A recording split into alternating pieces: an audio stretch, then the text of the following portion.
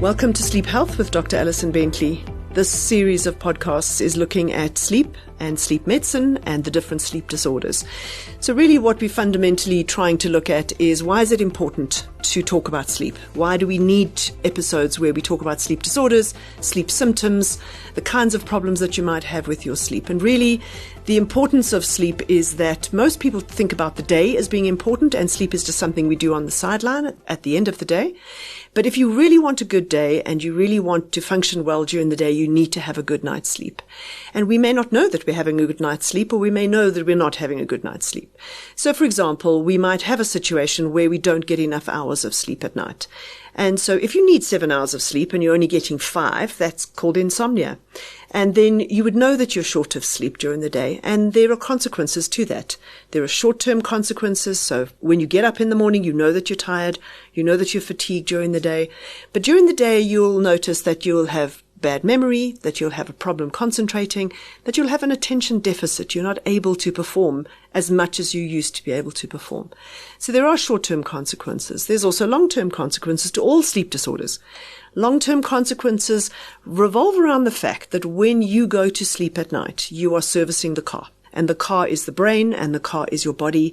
And you need to wake up in the morning fully serviced so that you're ready for the day.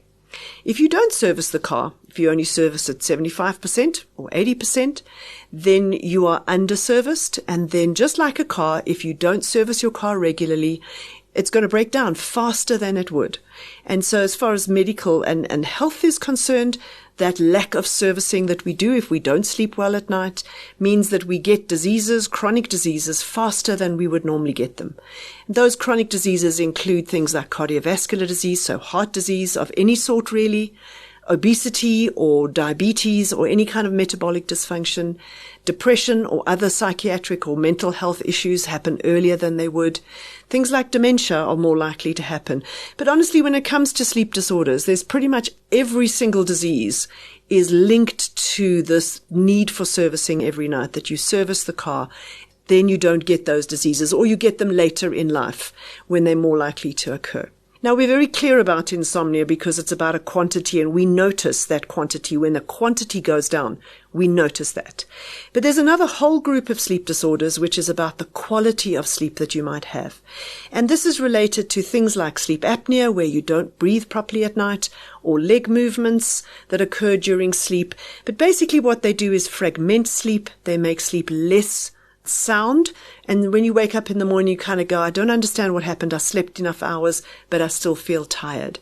Now, what usually happens is that people go, oh, it's because I'm working too hard. It's because it's the end of the year. It's because I'm stressed. And people find excuses for that. I'm going through menopause. I'm getting older. And they find excuses as to why they might not wake up feeling as good as they used to. But it may be a sleep disorder that is impacting your sleep. Now, everything that I've mentioned about quantity of sleep and the consequences of that apply to this as well. So we know that sleep apnea has significant consequences in cardiovascular health. We know that it impacts on diabetes. We have good evidence for all of that. So it's not just about quantity, but it's also about quality. The last group of sleep disorders which we're going to talk about are the parasomnias. And they're the strange things that happen at night. So sleepwalking, sleep talking, sleep texting, sleep eating. I don't know if you've ever woken up and in the morning there was a piece of cheese in the fridge which was there last night and it isn't there anymore, but there's an empty packet next to the bed. That's sleep eating. They're a fascinating group of disorders.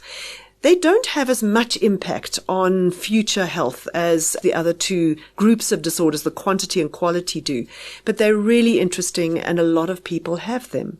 Lastly, it's important to talk about sleep because these kind of groups of sleep disorders are extremely common. The evidence that we have for the parasomnias, for example, just looking at those, about 11% of children have them.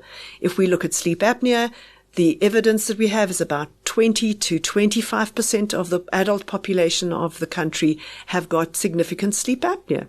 That's an important thing. When it comes to insomnia, I think many people have had acute insomnia, so exam stress. So if you're going through exams, can't sleep for a night because you're worried about that exam, that's insomnia. Chronic insomnia worldwide is about 10 to 15% of the general population have chronic insomnia. So these are big numbers that we're talking about. And so a lot of people have poor sleep.